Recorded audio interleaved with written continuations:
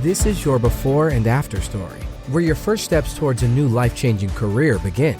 Southeastern College can take you there. We offer in-demand hybrid and online programs with hands-on training, led by in-field career professionals, and career services to put you on the path to a rewarding and fulfilling future.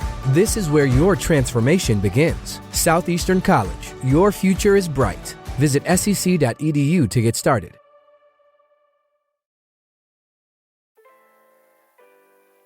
I was a single mom raising a 4-year-old little boy, everyday life of working for my family business. I had pretty good, strong support system. His grandma and my mom and everyone would help it hands-on. And so just trying to juggle motherhood and working every day. In 1995, Tamecka Great Frazier lived in an apartment complex in Dallas, Texas. How well did you know your neighbors in that complex? I am very much so an extrovert, so I met no strangers then. Apartment complex was fairly large, so lots of buildings, lots of activity, lots of people, and had been there about a year or so. And I did know a few people. I did get to know the immediate neighbors, the above neighbor, the below neighbor, because it was a 2-story, 3-story dwelling. On New Year's Eve, 1995, Tamecka was trying to figure out what she wanted to do to bring in the new year. So I come from a pretty spiritual background. My dad is a pastor and was a pastor at that time. A normal protocol would have been to go to church for night watch service, which is the service that brings into the new year. And, you kind of do your praise and worship and all that goes along with it. But I wasn't so embedded into the church to the degree that I felt compelled to go that night. And so I was dating a guy, and he was going to come in that night, but something detoured him. He was a truck driver at that time. And so something detoured him. And I called my cousin. I was like, hey, he's not coming in. You want to get out later? A friend of mine's family would always put together a little small family gathering party. So nothing big or outlandish. And I was always welcomed. And I invited her to go with me. We went, and the night went over without a hitch until. This is Live to Tell, the podcast where I talk to some of the bravest people who have been through the most horrifying things and lived to tell the tale. I'm Caitlin Van Mall. Normally, Tamecka would have stayed at her cousin's house after the party, but that night, she decided to go home where she would have the apartment to herself. Being a single mom, I was really more excited that night because my son was at my mom's and I had some free time. So I was like, I'm going to go home. And she was like, why don't you just spend the night and go home in the morning? I was like, no, I want to go home. Tomorrow's New Year's Day. I want to cook.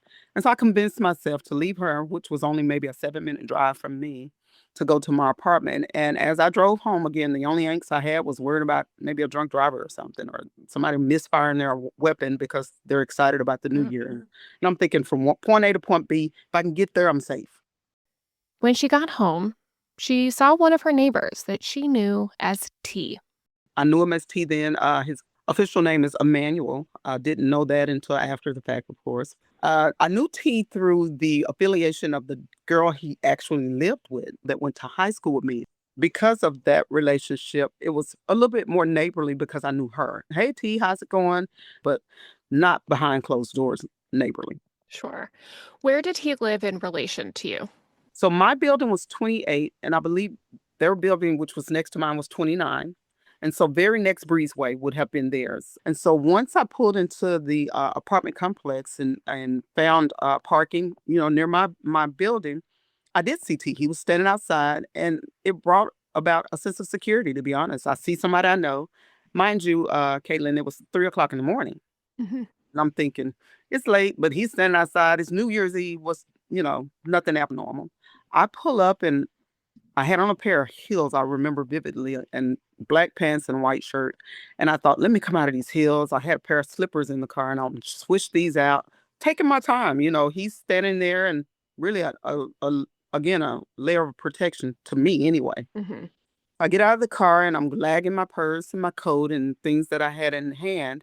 And as I'm approaching the area of my breezeway, he's standing kind of centered between the two buildings. And I was like, hey, T, I was more fashioned to strike up the conversation, let him know I see you, you see me. Thank God you're here, And so I started walking towards the stairwell of my apartment, but as I spoke to him, he had started to, walk in the opposite direction as if he was walking across the parking lot. And I thought he must be, preoccupied, but he spoke. But as I approached the stairwell, and again, I lived on the second floor, I heard a noise behind me and I turned around. I was like, oh God, you scared me. And I was like, I thought you were walking that way. And he was like, no, I'm sorry, Mika. I didn't know that you were going up. I was trying to catch you to see if I could use your phone. And I kind of looked, I was like, okay, everything okay? And he's like, well, I'm been outside waiting on Sean. It's just been taking a while and I'm just kind of tired. And I thought, okay, that's fair enough. And at that, in that era, there we had pagers. And you're quite young. You may know what a pager is, may not, but we had My pagers, dad which, had a pager. yeah, so I had a pager. And the pager was relentless because that was the way people got in contact with you. And so my pager was going off as he was asking. And I thought, who's this paging me this time of night? I need to, get upstairs myself now and use the phone. So as we're walking, we're kind of, gradually going up the stairs, talking this out. And I get to my door and I unlock the door, no incident. And so I lived in a 700 square foot apartment, very small. As soon as you enter, you're in the living area. And so there's a bar that separates the living area from the kitchen, and that's where I left my cordless phone. And so I said, "Give me a minute, T. I need to return this call." And my stepsister had called and was like, "Hey, we missed you at church tonight." And I was like, "Yikes! I was gonna come." Blah blah blah. So I got her off the phone because I knew he was waiting, and two, I had already promised my cousin, as soon as I walk in the house, I'll give you a call and let you know I'm safe. And so I told him, give me a second. Now I need to call my cousin because I don't want to worry. And he's standing in the doorway. He's not even, crossing the threshold, not being disrespectful at that moment. And so I'm thinking, just give me a minute. I started dialing as I'm walking back towards him, and I sit down on the sofa, which was adjacent to the door where he was standing. Well, as I sat down, I guess that gave him comfort in just walking in. And so he kind of closed the door, but didn't shut it all the way. It was probably a foot open still. Mhm. And he stood next to the sofa in the open space where he could sit or stand, and I was just sitting. And so I called my cousin. She's like, "You good?" I was like, "Yes." I was waiting on you to call. I said, "I'm here, I'm here."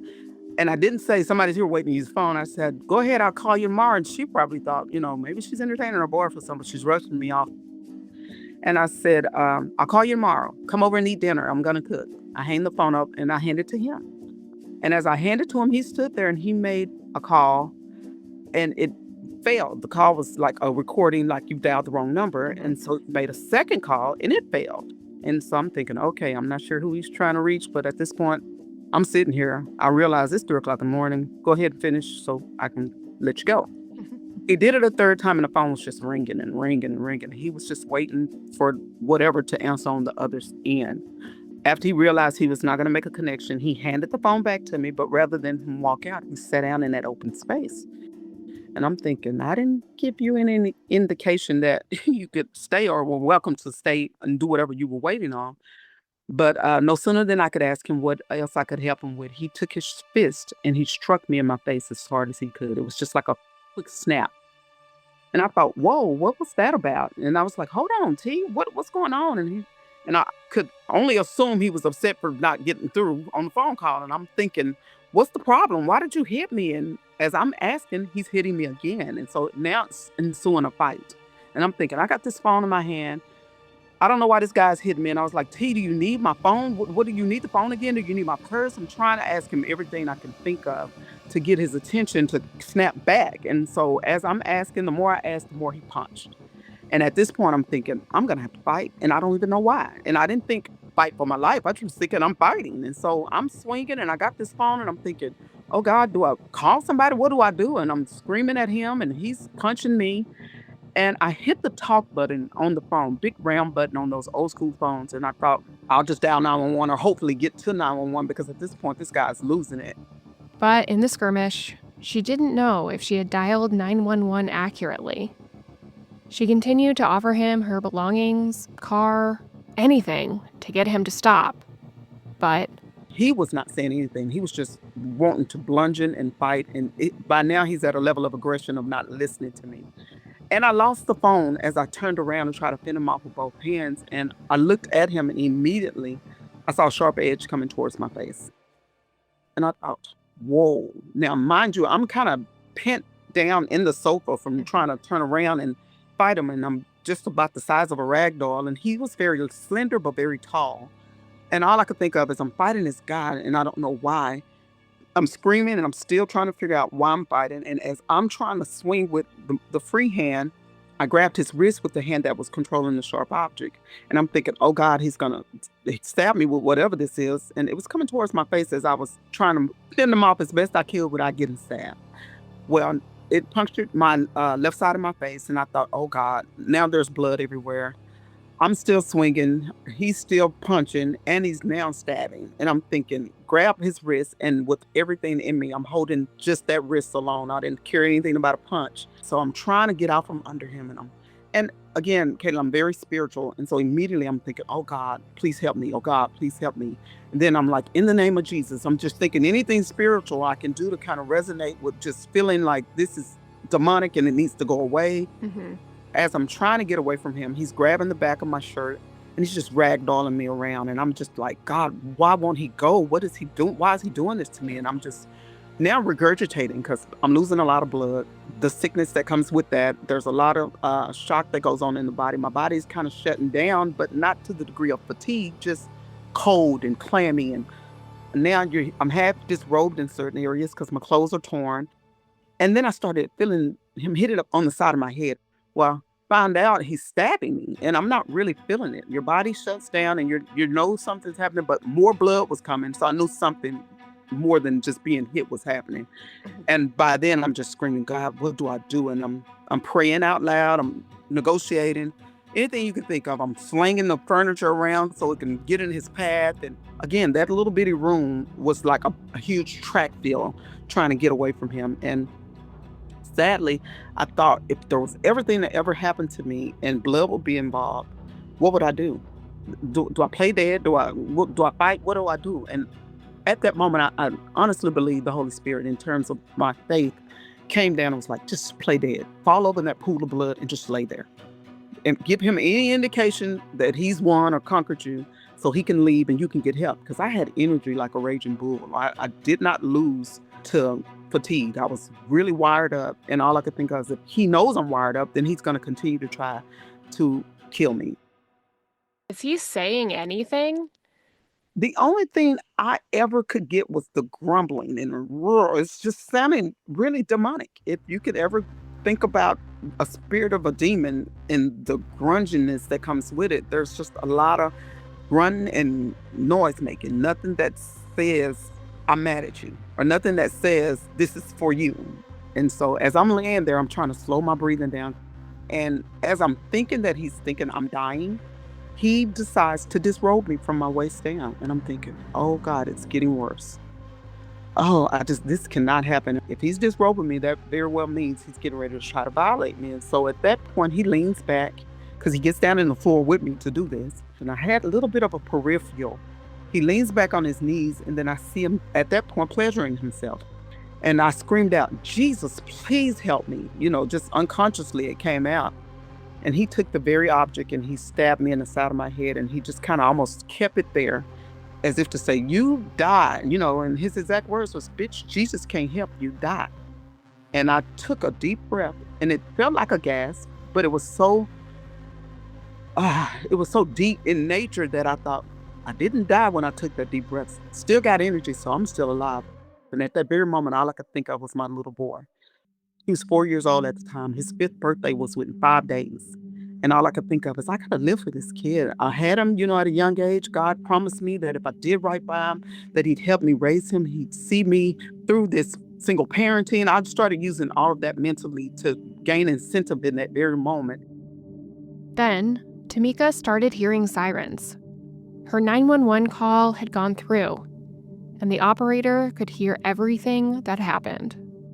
Oh God, I'm hearing something. Maybe there's help. Maybe there's help coming. And maybe a few minutes later, I started hearing what would be footsteps running up the stairs. And he's still, pleasuring himself. And I'm like, he don't hear what I hear, but I'm gonna stay still. I'm gonna lay here and I'm hopeful that there's help coming. And the sirens are getting closer and closer. Finally, an officer arrived. He was alone, but the front door had been open the whole time. The police officer said he noticed that the guy was pleasuring himself. He saw the blood. He saw me laying on the floor, but because he did not have backup immediate with him, it's protocol to wait, because you don't know what you're walking into. He said the only instinctive thing he could think to do was to slam the door and then reopen it. The loud noise seemed to snap T out of a trance. It almost looked as if he was just as surprised as I was. He jumped up, ran to the door, leaned on it with his small, frail frame, and tried to robe himself up so he didn't look conspicuous. And I'm screaming now. Now I know there's help. And I'm like, somebody's out there. And he's frantic. I'm frantic. And so I'm screaming, please help me. Please help me.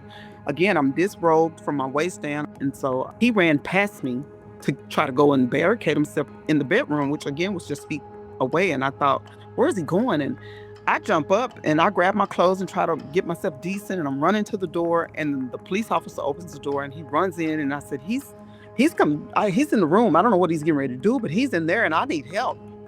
The officer went towards the bedroom as Tamecka got out of her apartment and ran to her next door neighbors. Who was a very good friend of mine at the time and still is. Having gotten to her with all of the chaos, by now there's neighbors everywhere.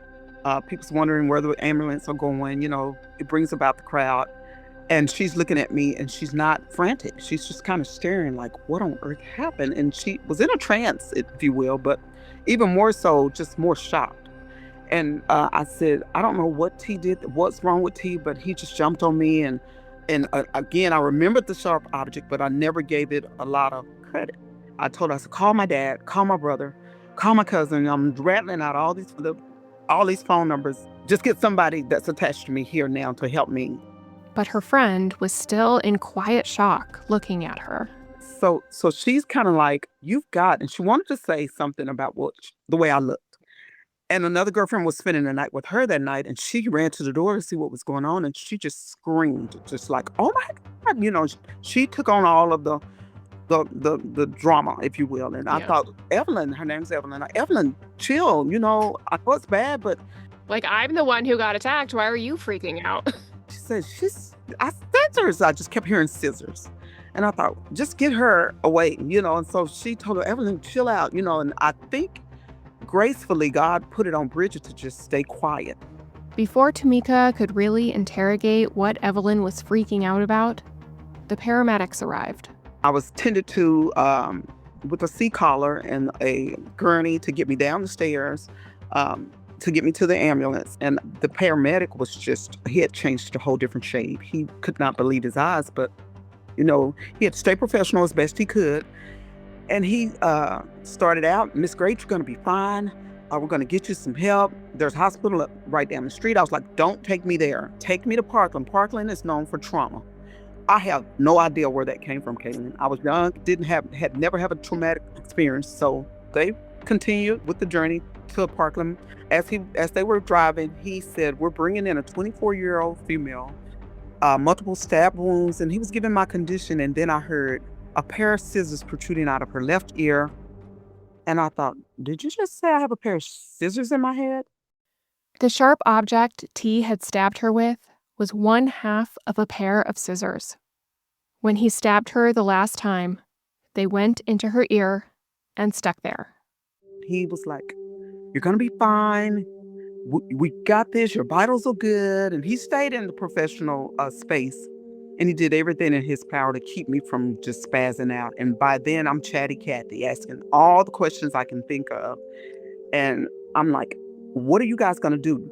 Are you telling me scissors are in my head? Could you describe the scissors?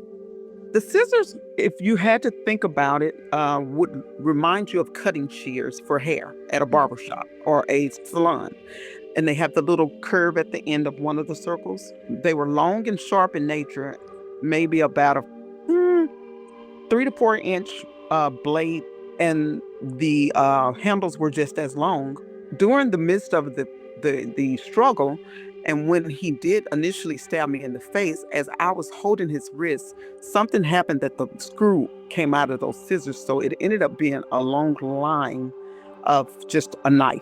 Right. And so it wasn't the full set of scissors that actually entered. It was just one of the blades that had stayed intact, whereas they found the other piece of the scissors that was broken off in the sofa later on as evidence. Okay. So I'm really just trying to get the gist of what's going on. Before I left Bridget and before I got into the ambulance, I did make a call to my dad, who had been dispatched to come to the apartment.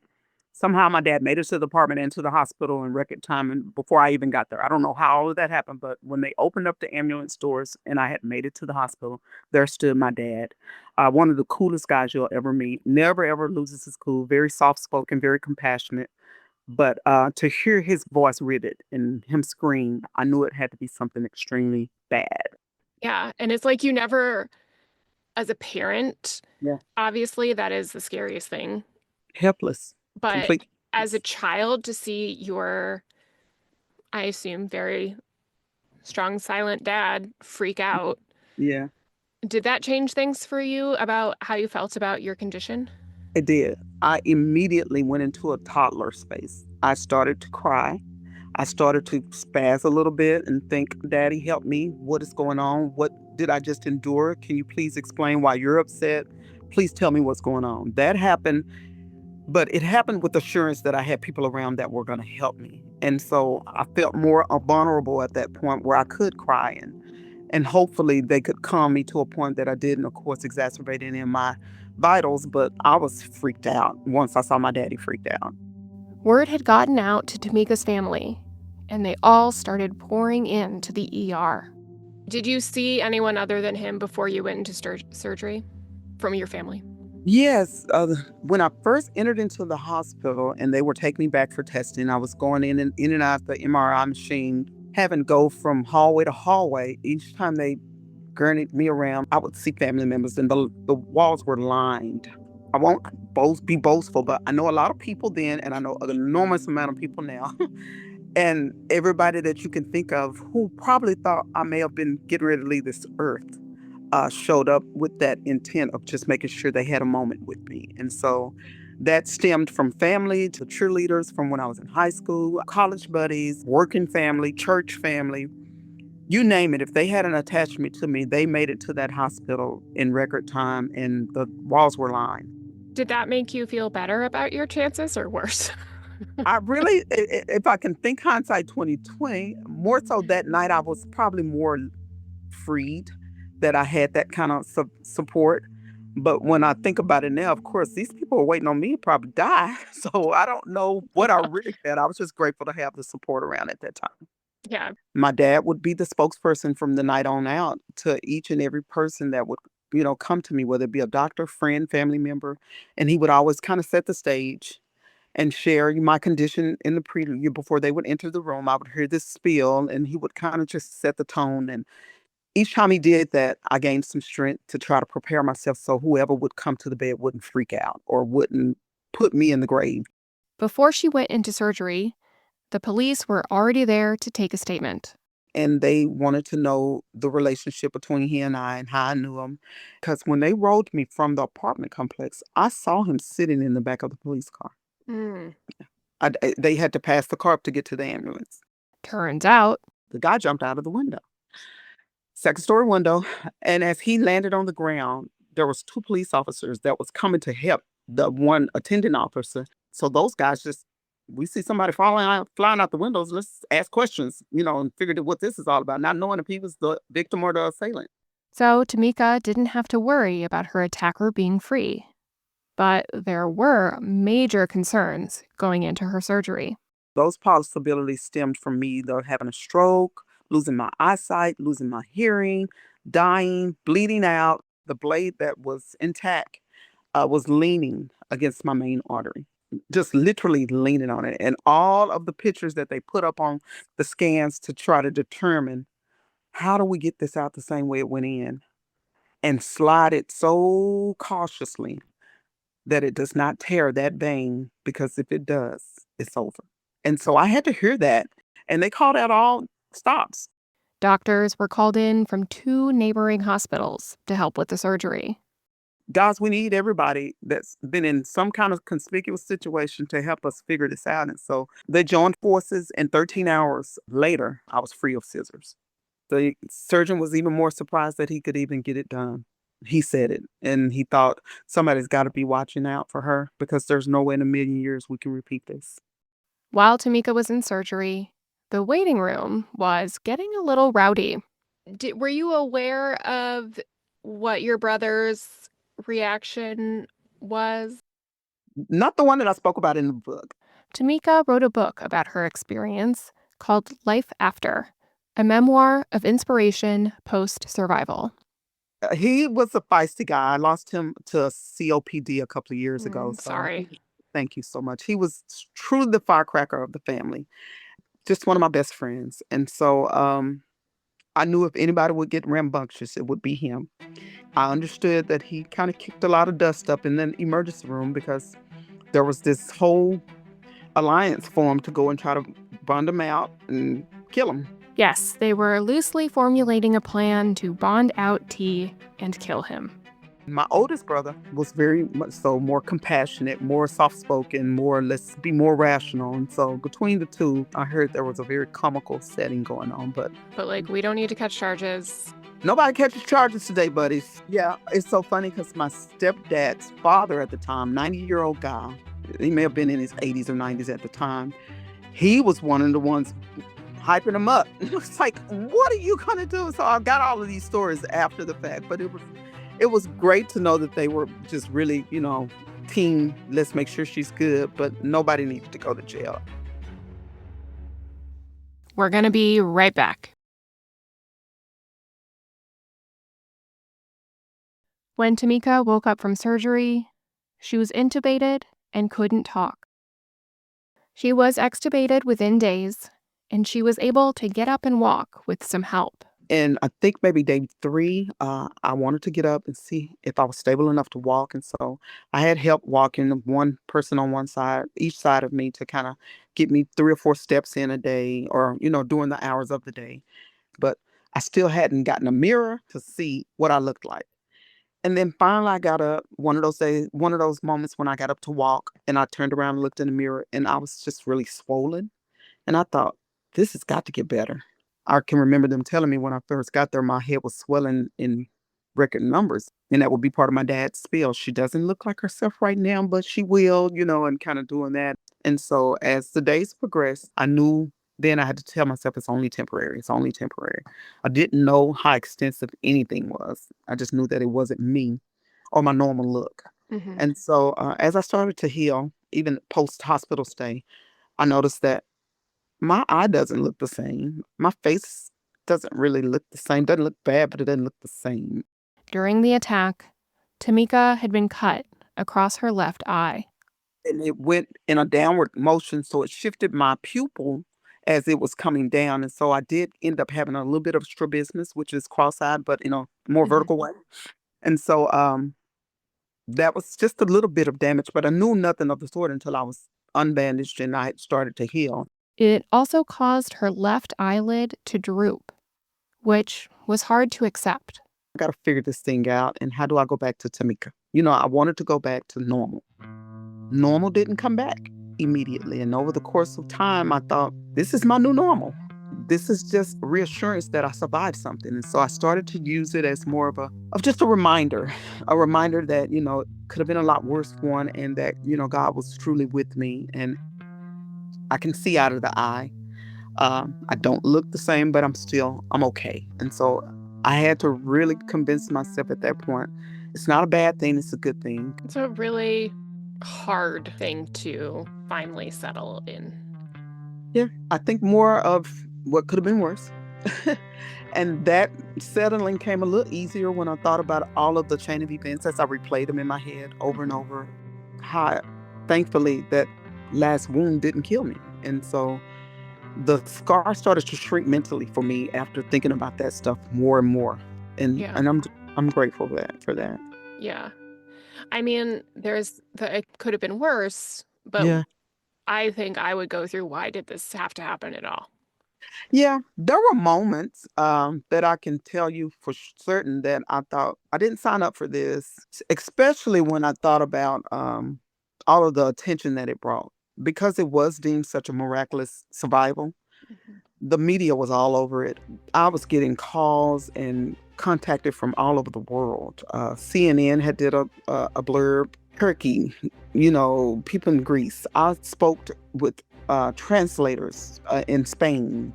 They wanted to know how this woman survived a pair of scissors going across her head from one side to the other. And it was noteworthy, but the gawking and the tugging and the pulling became very troublesome. Even without all the attention, being attacked completely ran her life off the rails. Life just changed immediately, drastically, finger snap. My brothers and cousins and all of my family members joined forces and moved all of my belongings from that apartment. I never went back to that dwelling. And so I was now living with my mom. I'm independent 24-year-old with my own place. And so I went back to being, dependent on my parents. And each day I wanted to find a sense of normalcy with each step that I took, even if it was just motherhood at that time. And so I put a lot of energy back into my son, who was just a little tyke. He was 5 years old, and Mom, who did this to you? And why does your face look like that? And who hurt your eye? And so I got all of those questions from this baby. And as he questioned it, and he would hear people tell him, "Your mom's so strong." He built this son of a superwoman mentality. My mom's a strong person. And that alone pushed me back into normalcy. Seeing him get excited about his mom still being alive, and she's a bad girl now. You better not mess with her. This kind of stuff. And I could give him what he needed. And Yeah. that really is what gave me my wind beneath my wing at that time. Tamecka's whole family was processing what happened. But Tamecka didn't feel like she was necessarily being centered in the conversation. To be honest with you, Caitlin, I can remember over the course of time, I used to feel like nobody really gave me the energy I thought I deserved post my experience. And my dad had to tell me, you were not sitting on this side of the table. And I had to give them grace because I started to kind of anger around the anniversary time. Not like I needed somebody to coddle me or that I needed it highlighted, but I kind of needed people to understand that that was a moment for me that'll never, ever go away. Mhm. And it was a moment for them too. And my best friend, she said it best. She said, you don't ever want to sit in our seat either, I promise you. And that's not to diminish your feelings, but to let you know some of us still haven't healed. You're the strongest woman we know, and we're still trying to figure out what happened to you Mm. and why we wasn't there to help you. And so a lot has come from that, in terms of how to cope later in life, how to deal with, the energies that's around that time of year. I never really sat in the seat of, oh my God, here comes the anniversary of me getting attacked. I usually try to make it a very liberating, freeing space where people can see, look at her, she's still doing the damn thing. She's good. At the time when your family is also making it very clear this happened to us as well, Mhm. were you able or afforded the time and space to talk about your experience, or did they just not want to hear it because it was too painful for them? Too painful for my mommy. And still to this day, she does not like to resonate with it. She knows that it happens. And I give her grace for that reason. She's mommy. Daddy, being so spiritual, he's always kept it on the pedestal of spirituality. He never really brought it down to life. Although I've had to share it with him, even in angered moments. Dad, I'm grateful. I'm thankful God saved my life. I know that happened, but this happened. And this is how I feel around that time because with my dad being a pastor, when he he was early in his pastoralship at that time. And so that was kind of like, a gas pedal for him. Mhm. Although it was my scenario, it was like, I know she was up under my anointing when it happened. And I know I prayed for my daughter and I know she's alive. And so then I won't take anything away from his spiritual being because he's a great man of God. And I believe everything that's been ever held upon him with that. But Because it's like we can all acknowledge that God was present, Mhm. but this happened to me. Yeah. So can we talk about me? And Caitlin, to this day, I do it more with people like you. I Yeah. do it more with the strangers who I do want to know that they can get on the other side of traumatic experiences. I do it more on platforms, and that gives me, I guess, the therapy that I need because it's very therapeutic to talk about it. I don't fret. It does not take anything away from me. It actually kind of hypes me up a little bit. It still gives me a free space. And so I don't get the free space with my family like I think I should have or could have or would want to. But even hearing them say how it affected them, the grace that comes with that helps me deal with it this kind of way. Yeah. This kind of helps me a lot better. So in your book, you talked about a counselor coming or a social worker or somebody to give you some pamphlets about mental Yeah. health services. Can you talk about why you were initially didn't want to do any counseling or therapy and the evolution of Yeah. how you felt about it? Novice energy. Culturally, at that time in our life, therapist was frowned upon. Also, I was always surrounded with a very spiritual background. I didn't walk in a spiritual nature. I was still very secular in the world, having fun, doing me, and no regrets. But at that time, I knew that there were a lot of people praying for me. I knew from an evangelistic perspective that everybody thought, she's a miracle. God saved her. He's going to be sitting with her and walking with her for the rest of her life. She don't have to worry about nothing. And so in my mind, I'm a spiritual superwoman. But Tamecka also needed someone on the earthly plane to talk to in a real way. As I started to progress through healing, I did notice that, I did not want to be saturated in this spiritual idea. I love God. I love everything God did for me. I am truly a child of God, and I truly believe I am a miracle. But I felt like I was missing out on what real life really was supposed to feel like in order for me to bounce back. And by then, I started really joining forces with the media. I was doing a lot of talk shows. And then I started getting a lot of invites at different churches. And they wanted me to come share the miraculous story as if I was giving my Easter speech. And so it all started to become a little superficial. But public speaking did help, so therapy remained off the table. She also did have an old/new person to support her during this time. Rod and I were always friends first before the ordeal, and we actually kind of grew up on the same street. Our grandparents shared the same residential street. As I got a little older, there was just a little bit of a sense of attraction to the energies that surrounded the room of us hanging out. Really not really intentional. As I went through the ordeal, those that knew about us kind of liking each other, if you will, my brother being one of them, made sure that when it happened, that they got in touch with him. But I was dating somebody else, Caitlin. I wasn't Right. even dating Roderick. So I was like, yeah, he's cool. Bring him on board.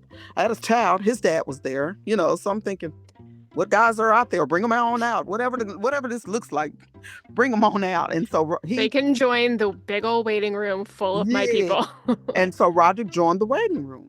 But Roderick was very adamant about his tangibility to me. He didn't go and set the tone like I'm the girlfriend, because the guy that I was dating at the time made it to the hospital the next day when I was intubated still, came in the ICU room, and I can laugh about it because my two best friends were at the foot of the bed. He was just real frantic, and he was like, "Oh my God, what happened to her? What happened to her?" Well, when he walked in, Roderick was there, and he was kind of like having his first visit, and he was showing some signs of heartfeltness that look a little deeper than the average friend. And the guy I was seeing was like, well, "Who is this guy?" And so I'm sitting there like, "How is this happening in this time of my life?" And my girlfriends at that very moment, even in all the goriness of how I looked, was packing up at the foot of my bed. And I was like, is this really happening? And we laugh about this to this day. And And you're so intubated, so you can't be like, I can't so well, this that was is who that is, and this I is who was that. glad I was intubated. Let's go there. And I was embarrassed, but it was funny. And so as time progressed and I got out of ICU, Roderick he didn't care. He just never left my side. He sat there. When I woke up, he was there. When I went to bed, he was there. The guy was coming and going, and everybody was like, Rod's not leaving. It gave our best friend vibes. I still didn't see him as boyfriend, but I also noticed that he was starting to be so smothering in a good way. I later found out that he told my brother maybe, if I don't stick to her now, I'll lose her. So the other guy fizzled and went on about his way. And Roderick was like, "You need anything?" And I was really open to dating him, but I was still open to dating. But I was open to taking care of me first. So all of that gumboed in at that time. He just never left. And as I saw that he would stick close by, I started to heal more. He started to be a little bit more accessible, and I just kind of flowed with the traffic of it all. And it just kind of happened that way.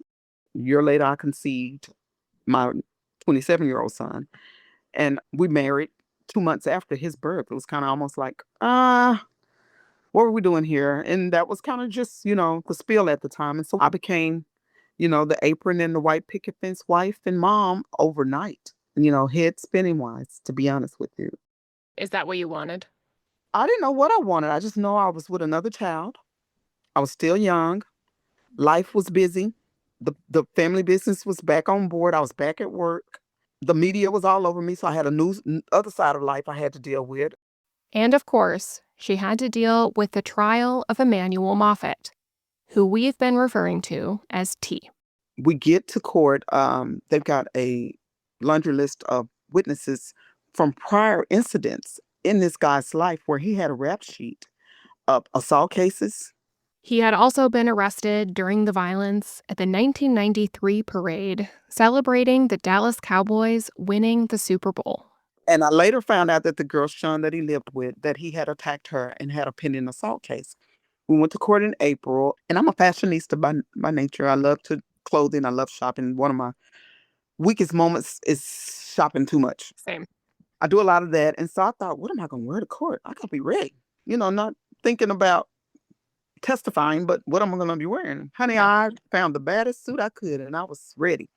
The first day, of course, meet key witness was first and only day for court for me, because once I speak, I can't be in the courtroom anymore. And so the most heart-wrenching part of the court case was being able to witness enlarged photos of my attack. My head, my face, they took pictures before they sewed it back up. So I got to see all of that, and I didn't intentionally get to see it. They accidentally left them out in the holdover room where I was meeting with the attorneys. And I looked and I said, "Is that my face?" And they was like, "Oh God, put that up. We don't need her to see that." And they were trying to protect me, but at that point I'd already seen it. And so I had to sit in that for a minute and realize, yikes, we are really here for a true trial. And so I get on the stand and I'm looking around like I am in court and this is a judge. And the judge had to be the sweetest guy. He was an older white guy and just really soft-spoken. And I was thinking, I need you to be firm. This guy tried to kill me. I'm looking at him like, toughen up, and I'm thinking, mind your business. He's a judge. He knows what he's doing. And then the prosecutors, there was a lady and a man, and both just really great people, and Lisa Fox and John Growl. I'll never forget their names. A lot of people was packed into the courtroom because they want to know what's going to happen to this guy and what really happened to this girl. Were they dating? I've been made his girlfriend. So many narratives had been formed about me and my story until I was able to actually share it. And up until I wrote the book, people had me dating the guy. So it was just a whole lot of drama.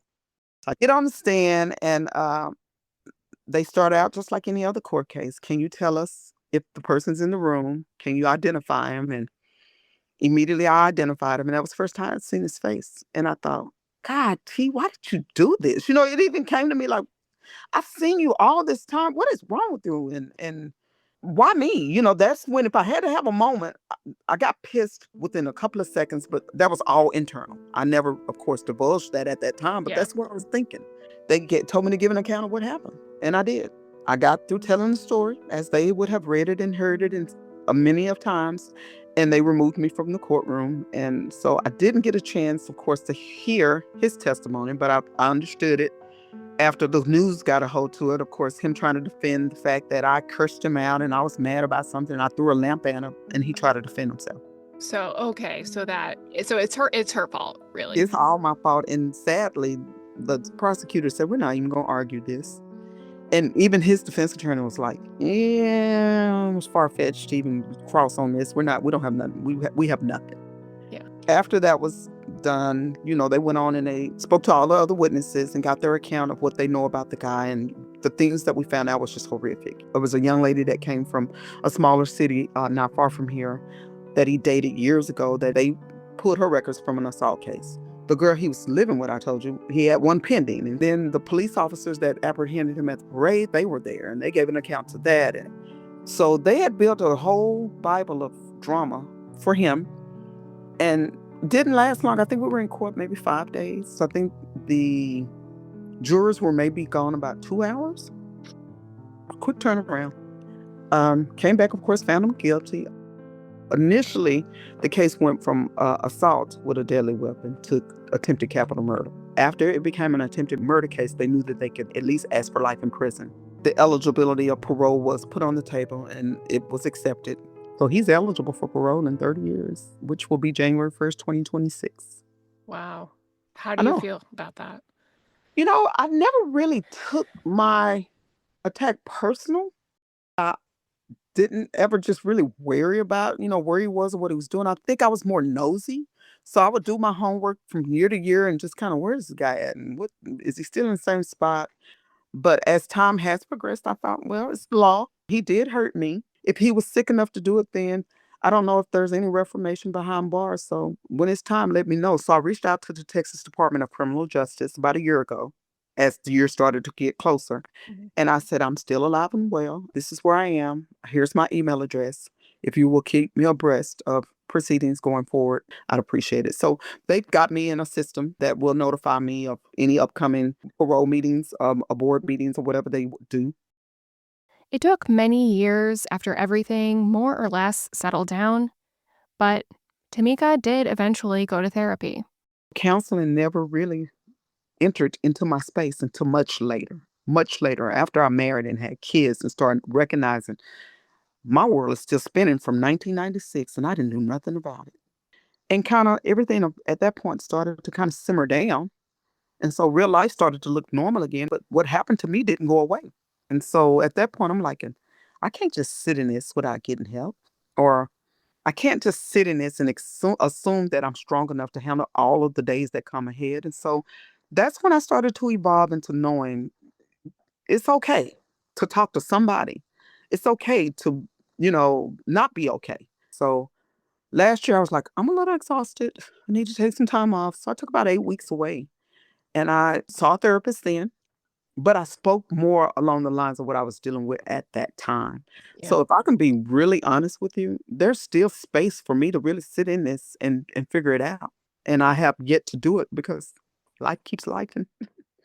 And I think until I get it done, it's going to continue to life because I'm not really addressing one of the more core issues in my life. I'm But it's, very aware. I'm very aware. yeah, it's, I was just talking to my best friend about this because I've been out of therapy for about a year. And she's like, just get a new therapist, just get a new therapist. And I was like, there's, I mean, lots of stuff I could talk about with a therapist, but it was like the metaphor of you can lead a horse to water, but you can't make him drink. Sure. It's like you can lead a horse to water, but they have to have like the time and space to be thirsty to Sure. drink the water. Like, I don't know if that's a Yes. good Yeah. metaphor or not, but like, I totally get it though. I totally get it. It makes complete sense to me. And I can sit in that and resonate with what you're saying because I didn't have a lot of moments, but I had enough. And those moments, far and few in between, just let me know I was still human and that I could afford myself a better mental success had I just, did it initially. I even think it played a role in me marrying too soon. Just a lot of spontaneity came from that traumatic event. And they will tell you, even in counseling, don't make big decisions after you go through something, life changing. Nobody gave me those nuggets then. And so I'm Mhm. actually suffering some of those consequences now. So, Mhm. Are you still with him? we're actually going through a divorce right now. Mm. And it's not a negative space, it's just overdue. And I don't think the demise of my marriage came from me not appropriately getting probably what I needed back then, but I can say, having shared it with him, that had I taken time out for me and really gone through the process and gotten the necessary help to kind of dissect why not be so spontaneous and making those moves so fast, that it probably would have been a different story for us. Would I have married him later or have gotten to know him better, before that happened? Because there's still that gray area of having not gotten to know Roderick in the capacity of true dating, if that Mhm. makes sense. And so While you were also trying to figure out who you were. I'm trying to figure out who I am. Who are all these people still tugging and pulling on me? How can I raise this 5-year-old kid? A lot. And so I filed for divorce this past January. And it's still going. There's technicalities to that, but I mourned the death of my marriage some years ago. Hmm. And unfortunately, kind of sat in it. Raised the kids. All my kids are adults now. I have 3 children, 2 boys and a girl. My baby, she's 25.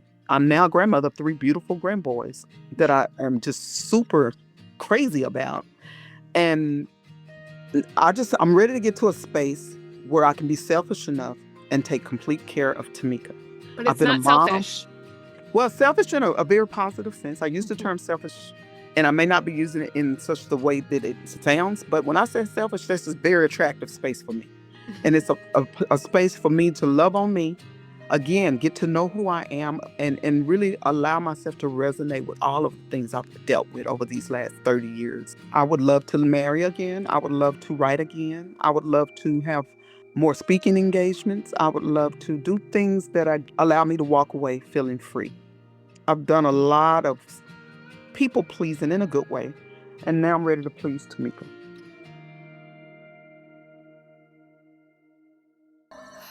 This is Live to Tell. I'm Caitlin Van Mall. You can follow the show on Instagram and TikTok at Live to Tell Podcast. If you enjoyed today's episode, please rate, review, and subscribe. It really helps the show. I'll see you in 2 weeks.